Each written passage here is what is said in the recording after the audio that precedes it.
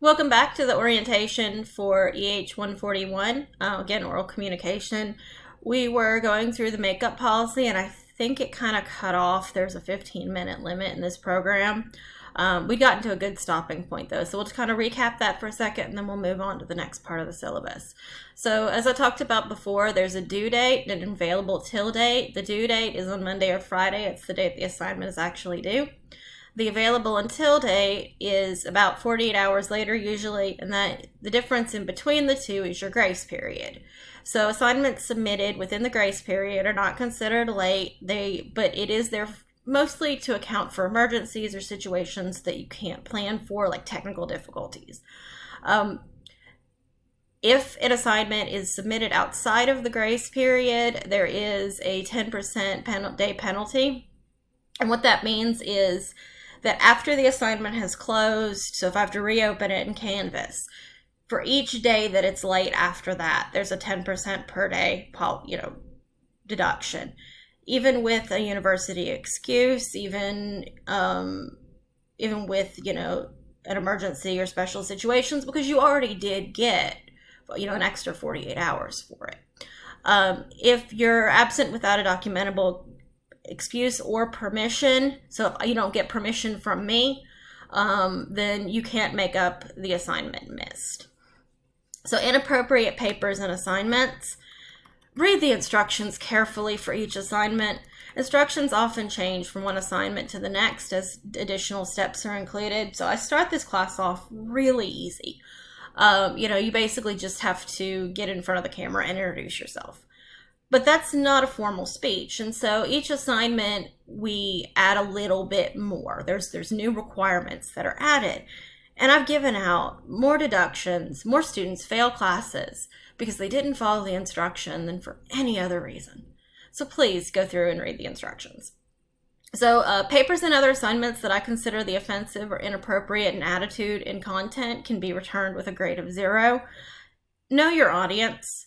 Would be my advice there. I'm not a huge prude on the occasion of profanity, but especially a formal speech, you do want to remain professional. Papers or assignments that include outside research, whether documented or not, when the assignment does not call for any research, may receive a grade of 0 unless permission is obtained in advance. This is to prevent academic dishonesty or plagiarism. And if they don't follow the prescribed assignment, you'll get a grade of 0.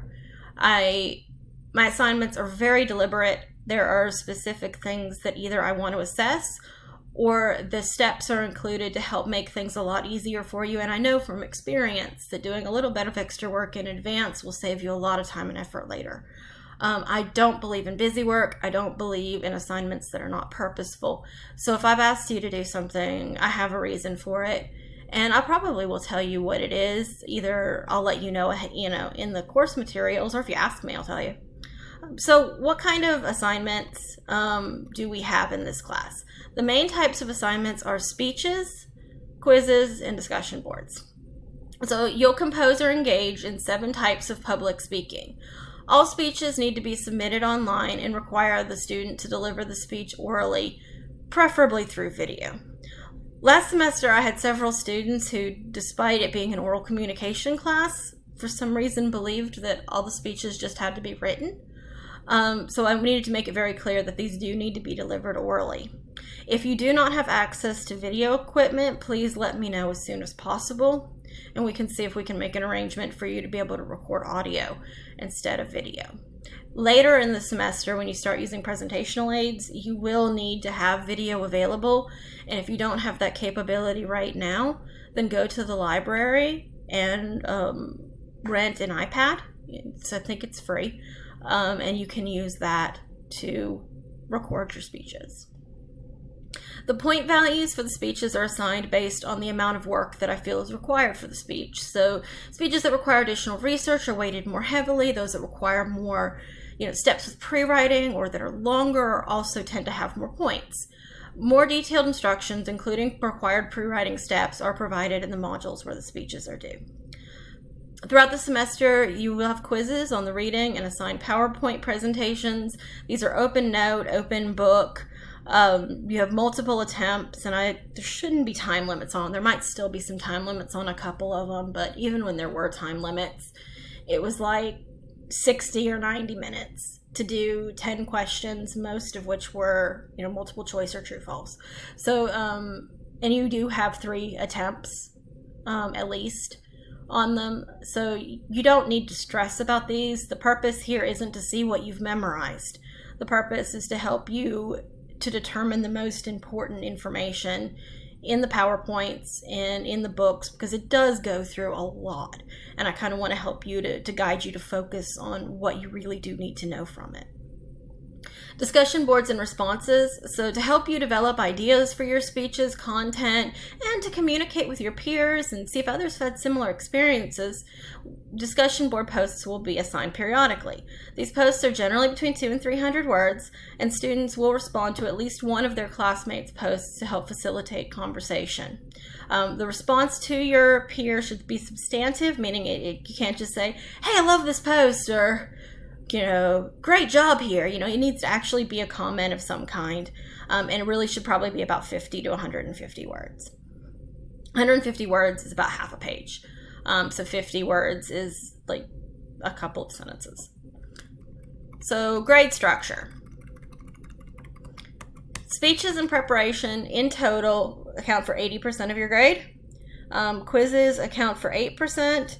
And online participation, including discussion boards, accounts for 12%. So how does that break down even more? Your diagnostic speech, which is the one that's going to be due this week or next week, is 25 points. Your narrative speech, which is when you start doing some pre-writing and having some additional steps, is 50. The mock interview is 100. Demonstrative speech, was a how-to speech, is also 100. The informative speech is 150, so that's when you're going to inform your audience about something. And once we start getting into the informative speech, they get more formal, which is another reason that the points increase. The group presentation is worth 175 points. The persuasive speech, which is kind of a cumulative speech in which you're going to use all of the things that you've learned throughout the semester, because it is cumulative and comprehensive, it's more points at 200. Then there are 12 quizzes, I believe, at 10 points each, which total 120 points. And there are 8 discussion boards and responses, which total 80 points. And the total, I think, is 1,000 points. So assessment of student achievement. This is a fancy way of explaining what we focus on in the rubric. And there are rubrics available for each speech that you can go ahead and look at. And those rubrics will tell you specifically how I'm assessing you. But things that we look at are the things like inadequate content or development of thesis. So if you have a thesis, your main purpose in your speech is too broad for you to support in the given time frame, then that's going to lead to problems with content because you're not going to be able to focus it. Same with it being too vague. If it's your thesis is unrelated to your main points, if the purpose statement for your speech doesn't match what you're saying, then obviously that's a problem. Or if you don't explain or discuss in detail your main points, then that's probably not a good thing either. We do want a clear organizational pattern, including an introduction, content in the body of a speech, and a conclusion. We want ideas to be coherent and move nicely, flow well from one idea to the next. And then some other problems that I might note include incorrect usage of words, poor word choices, incorrect pronunciation, articulation, really strange volumes or tones. I don't mean, your natural voice. I mean, if you were talking like a robot for no apparent reason. Nonverbal concerns, if your body language suggests that you're extraordinarily angry at the audience, then that might be off-putting to the audience. So that kind of thing might be something I would point out. Sometimes I will point out grammar, especially in the more formal speeches, but we do want to have a more conversational style here than in writing class, like a 101 course. So I'm not paying as much attention to it, but if there are frequent grammatical errors that inhibit understanding, then I may comment on it. And in the persuasive speeches, if your argument is not solid, then I'll definitely point out the opportunities there. Checking the time. Okay, so here we have a tentative schedule. Of course, it's subject to change with notification from me to you. And if I do change anything, which does happen sometimes, I'll put it in an announcement. You can see that everything is broken into modules, and we have, I believe, 8 modules. So your first module, this is just kind of the stuff that's due. So there's the course overview, syllabus and COVID quizzes, your discussion board, and the diagnostic speech. Module 2, we're going to start talking about pre-writing. My computer is being weird. And Module 2 is a little bit of a weird module because there's not really any speeches due. It's mostly just quizzes.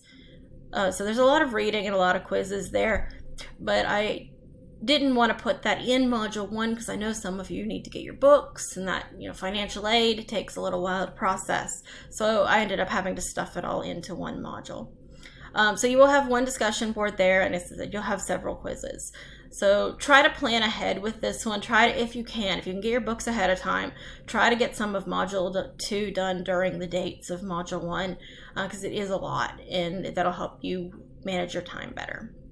Module 3 is where the pattern for the class really starts to form. This one is on narrative writing, and so the discussion board post has to do with telling a good story. Then you'll have a Module 3 quiz on chapters 1 and 2, and that's on the foundations of communication. On Monday, you'll have your pre-writing for your narrative speech, and on Friday, the narrative speech itself will be due. In Module 4, we have a similar situation. The first Monday, you'll have a discussion board. This is on career development, so it's on tooting your own horn. On Friday, you'll have a quiz. And then this time, I don't actually have anything due that Monday because you're going to have a lot due on Friday. And it all does kind of need to be due at the same time. So the job description for the job that you want, that if you could, you would apply for, is in that day. So is your resume, cover letter, and you'll also need to send me an email scheduling a mock interview. In Module 5, we'll finish up what we were doing in Module 4. The first week, I'll be actually doing the mock interviews over Teams. At the same time, you'll start working on your demonstrative speech, which is, again, the how-to speech. So you'll have a discussion board the first Monday. You'll have a quiz the first Friday. You'll have pre-writing due for it the second Monday. And you'll have a speech due the second Friday. Module 6 is the informative module, speak on informative speaking. Again, the first Monday you have a discussion board. First Friday you have a quiz. The second actual Monday you have pre-writing due. Spring break interrupts that module. And the second actual Friday you have the informative speech due. In Module 7, we're going to skip that one right now because I'm still figuring out what we're doing. How I handle it will depend on your technical realities, like whether or not you guys have stable internet access. Do you have computers? What programs do you have? And what interests do you have? So we'll work on that one more later. And the final module is on persuasion. So it's on argumentative speaking. But I don't mean, getting into an argument. I mean helping convince someone that you're right. Or that your point is valid. So the same pattern. First Monday, you have a discussion board. First Friday, you have a quiz. Second Monday, you have pre-writing. Second Friday, you have the persuasive speeches due. Down here, we have a few statements. These are in the orientation module as well in Canvas. The disability support statement, military, Title IX, civility, statement on electronic cheating, is definitely something you want to look into. Academic dishonesty is not allowed in this class. We talked about the objectionable material. Don't include offensive imagery, hate speech, drug paraphernalia, anything like that in your speech content. Definitely read through the academic honesty policy, this is plagiarism. So if you use unauthorized materials during a test, which would be really hard to do in this class because I don't proctor your tests, but that is cheating.